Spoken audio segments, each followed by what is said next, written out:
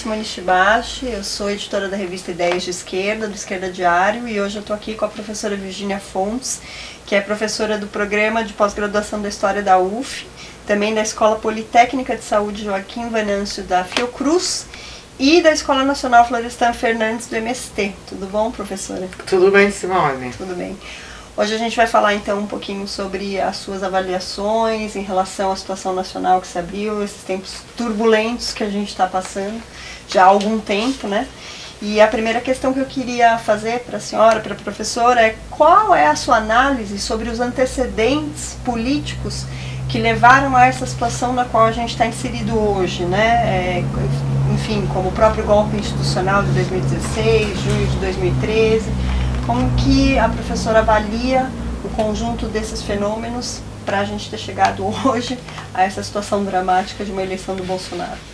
Bom, todas as avaliações que a gente vai fazer, por enquanto, ainda são seguramente insuficientes. Até porque a eleição do Bolsonaro não estava prevista. Ela não era o caminho principal que estava desenhado. De forma alguma, ele entra numa brecha, é uma brecha significativa que ele aproveitou bastante bem, mas não era o caminho principal, digamos assim. Então, por isso, acho que ainda a gente vai precisar de outras análises ao longo do tempo. Você está certa, os antecedentes que vão dar nisso aqui são o junho de 2013, com enormes manifestações populares, nas quais a gente já vai assistir o surgimento, o aparecimento de um grupo de extrema-direita extremamente violento e agressivo.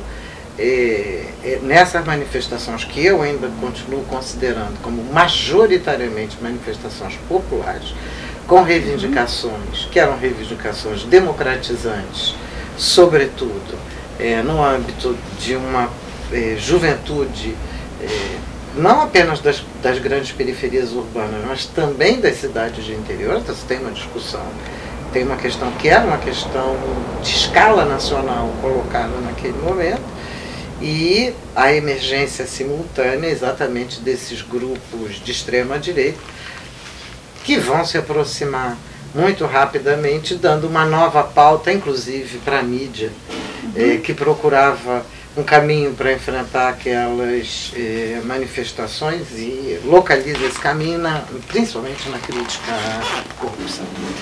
Então, digamos que o cenário da luta está colocado ali em 2013 com os primeiros elementos, e a reação do PT foi triste. A evidência do distanciamento do PT com relação a essas massas de trabalhadores que já tem uma nova configuração que o próprio PT contribuiu para criar. Trabalhadores sem direitos, precarizados, jovens sem expectativas de emprego, etc., que contribuiu para criar, mas não tinha mais vínculo organizativo com eles e, na verdade, tristemente, também baixos vínculos com o próprio sistema sindical, porque logo na sequência se tentou fazer várias vezes manifestações com os sindicatos, e as manifestações já não tinham mais o mesmo alcance, e a gente via a distância que as centrais foram constituindo com relação às suas bases. Então, na sequência, 2015, a condução coercitiva do Lula já demonstraria o segundo ponto desse processo. Aquela condução coercitiva já era uma manobra ilegal, já era uma manobra descaradamente enviesada do Moro e da Lava Jato, e já mostrava que a própria institucionalidade começava a ter um desenho diferente, a admitir esse desenho diferente, o que acabou levando finalmente a um impeachment, e um impeachment ilegítimo, um golpe, e golpe porque simplesmente a alegação dada para a derrubada da presidente não fazia o menor sentido. Tanto não fazia o menor sentido que na semana seguinte eles legalizaram o procedimento a partir do qual eles derrubaram a Dilma. Então, do ponto de vista assim, do bojo político, mais político institucional, a grande dificuldade mesmo no partido, o principal partido de esquerda, o que se dizia de esquerda, o PT, ele simplesmente apostou 99% das fichas no próprio processo eleitoral e no próprio processo institucional, deixando tristemente de lado o que é o fundamento mesmo de qualquer partido de esquerda, que é a sua relação com a sua base. Então, que a gente vê que a direita, que capitaneava PSDB mais PMDB, a direita que capitaneava a condução parlamentar dos processos, junto com o Centrão, junto com as bancadas, etc., leva um grande tombo, e o tombo é no período Temer, porque eles se filiam ao período Temer. Se filiam completamente ao Temer, vão defender o Temer, vão sustentar o Temer contra a população, etc. Nominalmente vão fazer a crítica do Temer, mas apenas nominalmente, e eles vão ser realmente bastante penalizados por isso. É lógico, aí tem também a Lava Jato, que vai incidir sobre todos eles, incidir sobre a Aécio, vai incidir sobre os papas também do PSDB, embora não seja esse o objetivo da Lava Jato. O objetivo da Lava Jato, aparentemente, é penalizar quase que exclusivamente o PT. Então, portanto, é no bojo desses antecedentes que surge um paradoxo, porque o Bolsonaro é um paradoxo, e por isso ele é difícil ainda da gente ter uma análise com mais cautela. Que paradoxo? Ele é a continuidade do governo. Portanto, ele só pôde se apresentar como sendo contra tudo que está aí, porque ele é de um grupo minoritário de apoio ao Temer, vai fazer a política que o Temer já estava fazendo, mas ainda mais violenta e mais corrosiva, mas se apresenta com uma linguagem corrosiva, como contra tudo que está aí. Então, essa situação, essa contradição entre a maneira como ele se apresenta contra tudo que está aí e o que ele é, que é o aprofundamento de tudo que está aí, é uma contradição que está posta e seguramente deve aparecer. Mas acho que a análise é consenso, né, que a análise que a vitória do Bolsonaro só foi possível pela conjugação dessas três forças, as igrejas neopentecostais, os militares e a derrocada da direita, e evidentemente falta a gente falar de burguesia, e o fato de que a grande burguesia brasileira silenciou esse processo. Silenciou, portanto, deu aval à eleição do Bolsonaro. E esse aí é um papel importante cumprido pela mídia. Eu acompanhei bem cuidadosamente todos os editoriais do jornal O Globo entre o primeiro e o segundo turno. Porque até o primeiro turno tinha vários candidatos, etc. Então, que o jornal centralizasse num ou no outro era um desenho ainda variado. Mas entre o primeiro e o segundo turno só tinha 2 candidatos, então, portanto, o Bolsonaro já tinha feito todas as expressões racistas, machistas, homofóbicas, de teor fascista, de metralhar todos os adversários, em suma, manifestações inadmissíveis em qualquer processo eleitoral do mundo. Em relação à intervenção que houve, e a participação que houve de interesses imperialistas, assim, qual é a sua visão, né? Porque sabe-se já há muito tempo da ligação do Moro com os Estados Unidos, enfim, que ele esteve lá sendo devidamente treinado. Além disso, agora recentemente, de forma ainda mais aberta, teve aí uma certa participação do Steve Bannon, né, na própria estratégia de campanha do Bolsonaro. Quais são esses interesses que tem por detrás do imperialismo norte-americano em especial e do imperialismo em geral, de acordo com a sua interpretação sobre imperialismo? A minha interpretação é bem diferente, né, Simone? Então vou começar pela minha interpretação, que ela não é muito conhecida, ela vai por um viés diferente.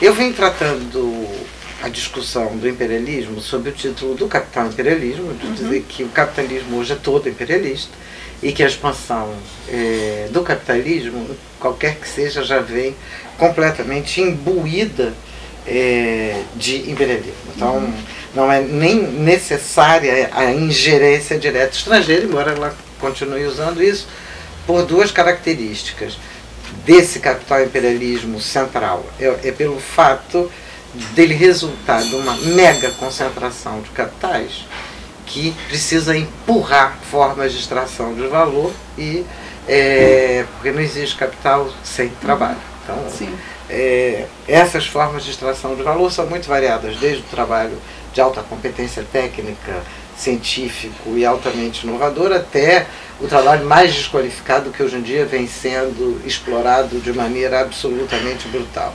Então, de um lado você tem essa mega concentração de capitais e de outro, portanto, mas normalmente as pessoas quando olham o imperialismo só pensam nas corporações. As corporações são o lugar onde se extrai mais valor. A propriedade nem sempre está ali nas corporações, está em holdings, está em fundos, que são proprietários dessas corporações. Por isso, inclusive, a configuração multinacional não é só a empresa, é a empresa proprietária da propriedade. Então, é uma situação um pouco mais complexa.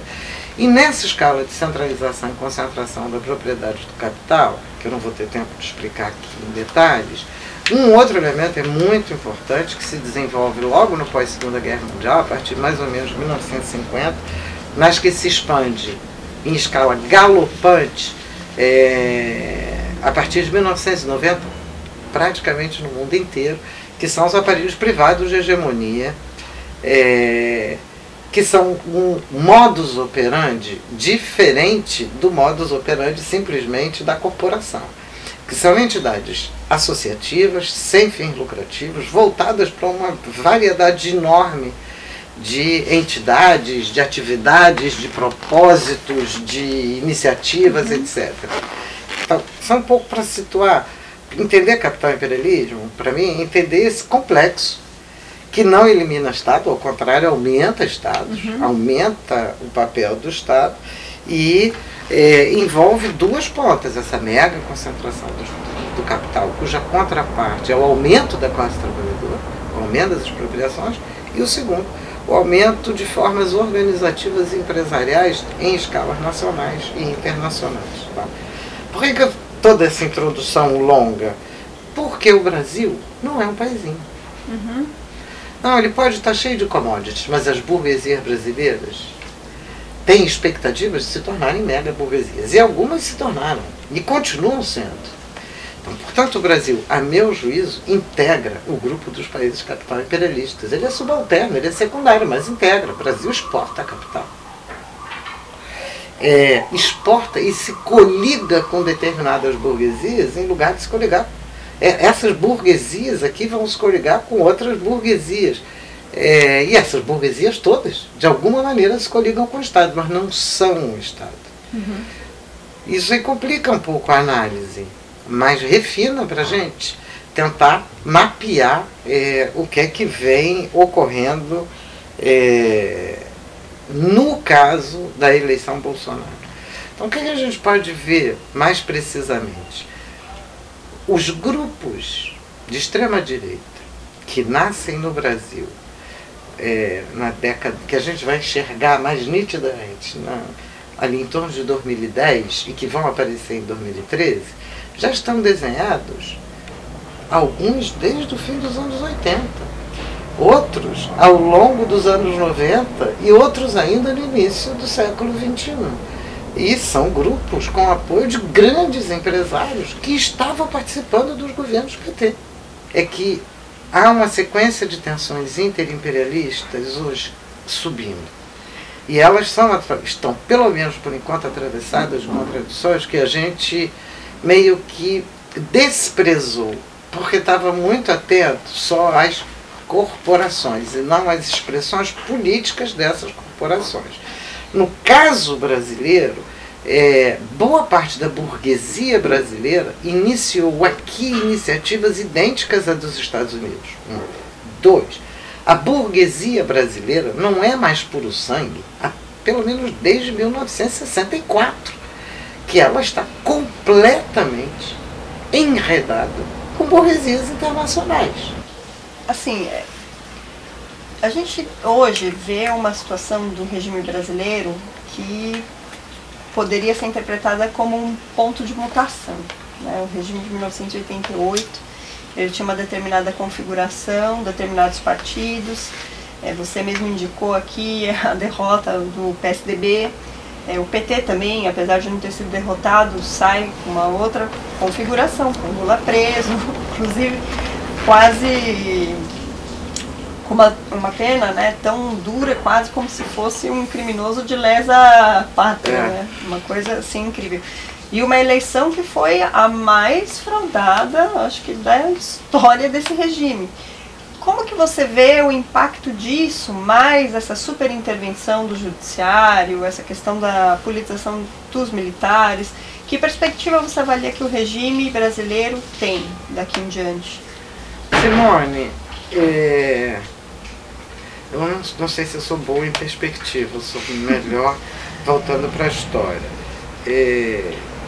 Há um ano e meio atrás, um ano atrás mais ou menos, eu publiquei um artigo mostrando como a expansão desses aparelhos privados de hegemonia empresariais, ou que a gente poderia chamar de uma sociedade civil empresarial no Brasil, vinha minando por dentro as instituições públicas.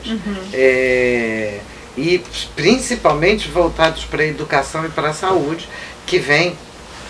Como é que eles minavam? Eles não minavam dando golpe nesse sentido, esse que a gente está assistindo, esse que a gente assistiu.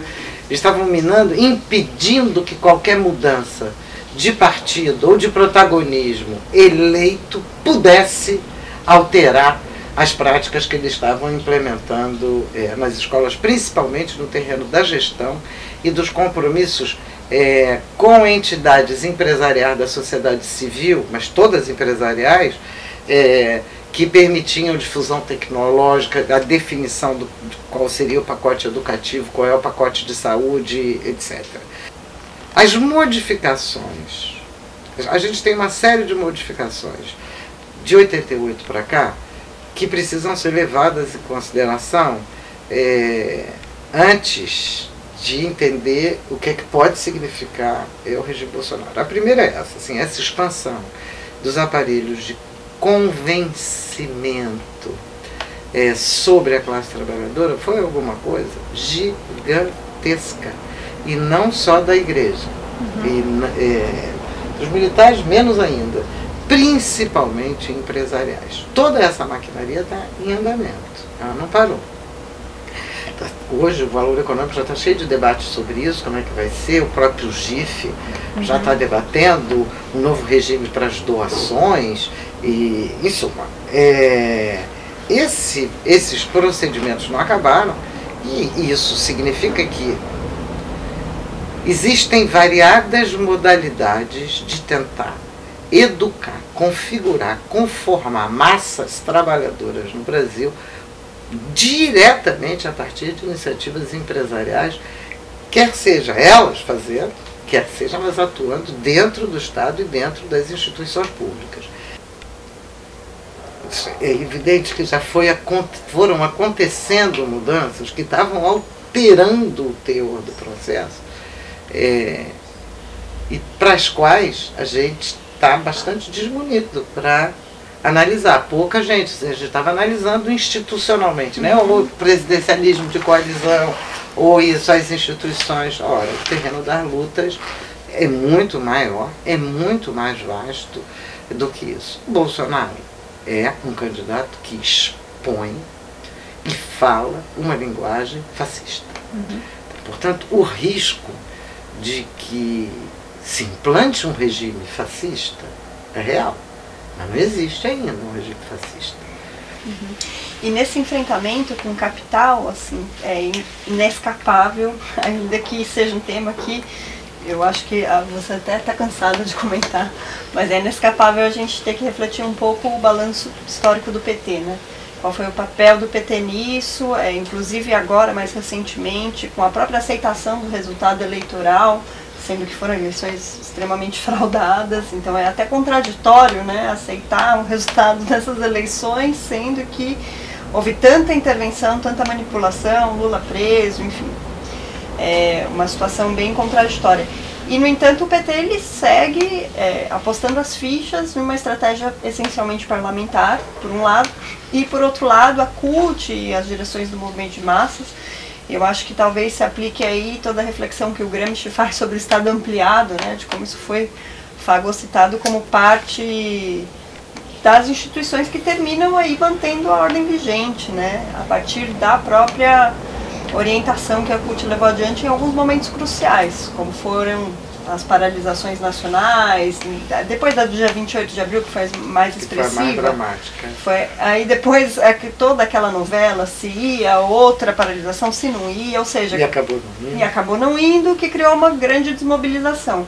Então, assim, como superar essa prática política ligada pelo PT, como de fato organizar essa resistência para encarar as tarefas que estão colocadas aqui. Qual seria a sua opinião sobre isso? Bom, a gente estava brincando, conversando antes, né, Simone, que eu comecei dizendo que eu passei os últimos 18 anos fazendo a crítica do PT, ou mais. Uhum. E fiz milhões de vezes em milhões de situações. Então, de alguma maneira, já estou meio cansada. Agora, até aqueles que defenderam o PT até ontem começam a fazer aos pouquinhos algumas das críticas. É evidente, o PT tem um papel dramático nisso aqui. Não só de apassivamento da classe trabalhadora, quase que entregue de bandeja para o grande capital, seja na área da educação, seja na área da saúde, seja na área dos transportes, seja na área da própria questão urbana, apesar de ter tido trabalhos maravilhosos de grupos de urbanistas no Ministério da Cidade, fazendo um debate de primeira linha. O que saiu foi Minha Casa Minha Vida, com aqueles conjuntos horrorosos, reproduzindo as estratégias que a gente sempre disse que não devia ser assim. Então, por exemplo, então o PT abriu a porta para o empresariado brasileiro dentro do Estado, porta que ele não precisava aberta, porque ele já estava lá dentro. Então ele teve não só a porta da frente e a porta dos fundos, mas todas as janelas abertas para o ingresso e a atuação direta na configuração das políticas levadas a efeito pelo PT. Então essa é uma situação que é uma situação terrível agora, porque agora Bolsonaro, que é a expressão do empresariado, diz que vai limpar a corrupção trazendo os corruptores para frente da cena. Então é uma situação, e com as massas populares muito desarmadas, por enquanto, a meu juízo, por enquanto, para esse enfrentamento. Então, você tem aí, você tem cisões que se abriram no interior da grande burguesia brasileira, porque, repara, nenhum grande empresário estrangeiro atuando aqui foi mencionado nessa brincadeira. Eles, em princípio, não podem doar. Mas esses empresários brasileiros são multi, eles têm empresa fora. A Odebrecht entrou em desgraça na América Latina toda, e não para a quantidade de processo sobre ela. Mas todos eles queriam o quê? Abrir capital no bolso de Nova York. E continuam querendo. Esses caras que estão apoiando o Bolsonaro, olha, eles começam com burguesias menores, não são tão grandes. Os primeiros apoiadores do Bolsonaro não são as mega burguesias. São mega, só tem dois que são bem grandes. A COSAN, que é completamente misturada com a Shell, que é COSAN e Raízen, que absorveu a Exxon Brasil, né? Não a Exxon no mundo, mas a Exxon Brasil. E depois se mescla com a Shell. Então, quem é proprietário de quem, quanto percentual? Não faço ideia, mas a Shell não é qualquer empresinha. Então, portanto, não está à altura do cara da COSAN, mas o cara da COSAN é associado da Shell aqui, e é ele que está apoiando. Eu não vejo como organizar para o enfrentamento sem, de cara, denunciar o papel do empresariado brasileiro e do capital no Brasil. Sem isso, a gente não vai longe, porque, de novo, a gente vai se enredar nas iscas de propostas de sermos, digamos assim, apaziguados, ou temos o sofrimento minorado para deixá-los em paz. E eles estão avançando realmente como tubarões, grandes ou pequenos, como tubarões. Então, o primeiro ponto é ter, eu acho, clareza de quem nós estamos enfrentando. Do que é o conjunto da burguesia brasileira hoje, que não se limita às corporações, que tem uma rede, uma malha grande de aparelhos privados de hegemonia empresariais em ação na sociedade brasileira. Mas nós também temos. E elas só têm essa malha porque elas se implantam onde tem luta. Então, portanto, elas são quase que um sinal de alerta para a gente mesmo. Olha, ali tem luta, porque senão elas não estariam ali.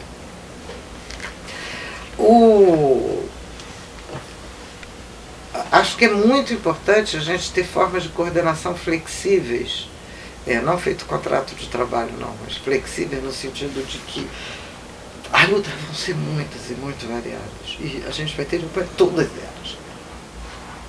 Nem sempre as lutas dizem que estão enfrentando o Bolsonaro ou dizem que estão enfrentando o capital. Mas na prática estão. A luta das mulheres é na prática o enfrentamento do capital. A luta dos negros e negras é na prática o enfrentamento do capital. A luta dos indígenas, esse então é assim evidente que é um enfrentamento do capital. Então essas lutas estão postas. As lutas dos homossexuais, no GLBT, etc., são grupos menores.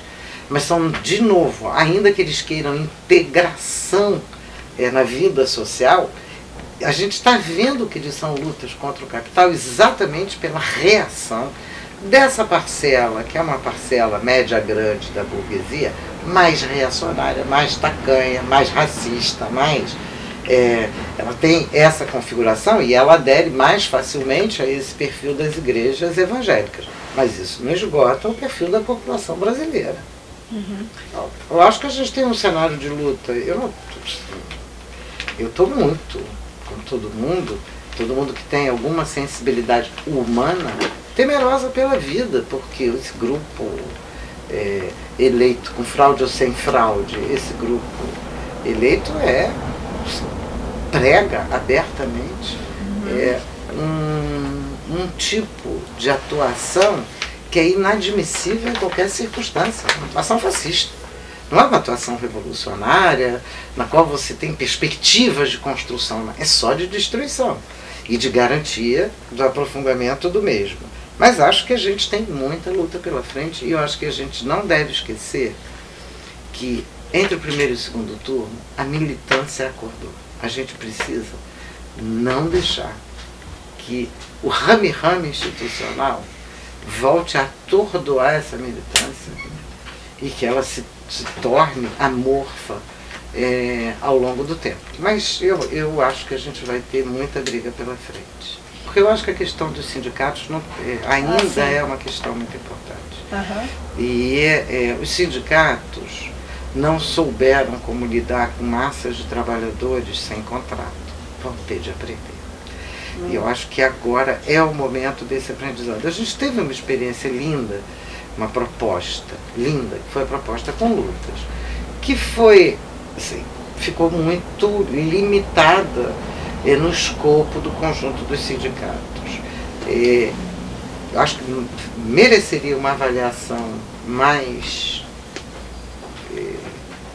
cuidadosa sobre o que foi a proposta, porque ali foi anunciada uma possibilidade de construir um sindicato para além das necessidades corporativas ou das reivindicações corporativas de cada setor, incorporando outros setores, cujas reivindicações corporativas precisam ser levadas em conta por aqueles que têm direitos.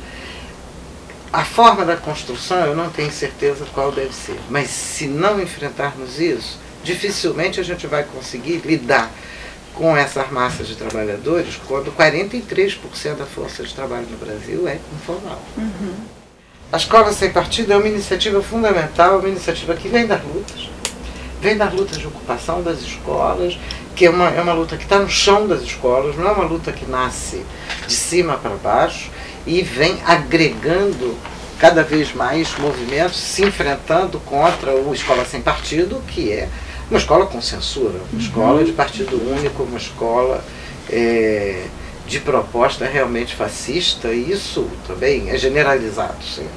Não precisa nem ir muito longe. Saiu agora, eu recebi hoje, o Manual de Defesa contra a Censura nas Escolas, que eu recomendo a todos que procurem, porque já é um material excelente, assinado já por uma quantidade importante de entidades da sociedade civil de cunho popular e não empresarial, exatamente defendendo a construção de um movimento comum contra a escola sem partido e enfrentando o que é de uma estupidez, de uma estupidez até porque, ainda que passe na lei, ainda que consigam colocar isso na lei, isso é inaplicável.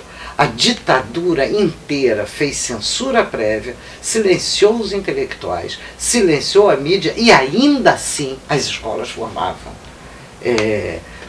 as pessoas. Apesar de tudo, porque é impossível eliminar a convivência e a sociabilidade no processo educativo. E é nessa convivência e nessa sociabilidade que a gente vai educar as crianças para não se matarem umas às outras. E, portanto, para alguma coisa em que a discordância faz parte da existência e não é razão de agressão instantânea, que é mais ou menos o que está sendo proposto por esse movimento inominável de escola sem partidos. Eu acho que a luta contra a censura na escola, a luta por uma escola de fato crítica, a luta por uma escola de fato universal, é uma luta que já está posta, já está andando, e com certeza a gente vai enfrentar e vai virar esse processo. Ótimo. Obrigada, professora Virginia Fontes.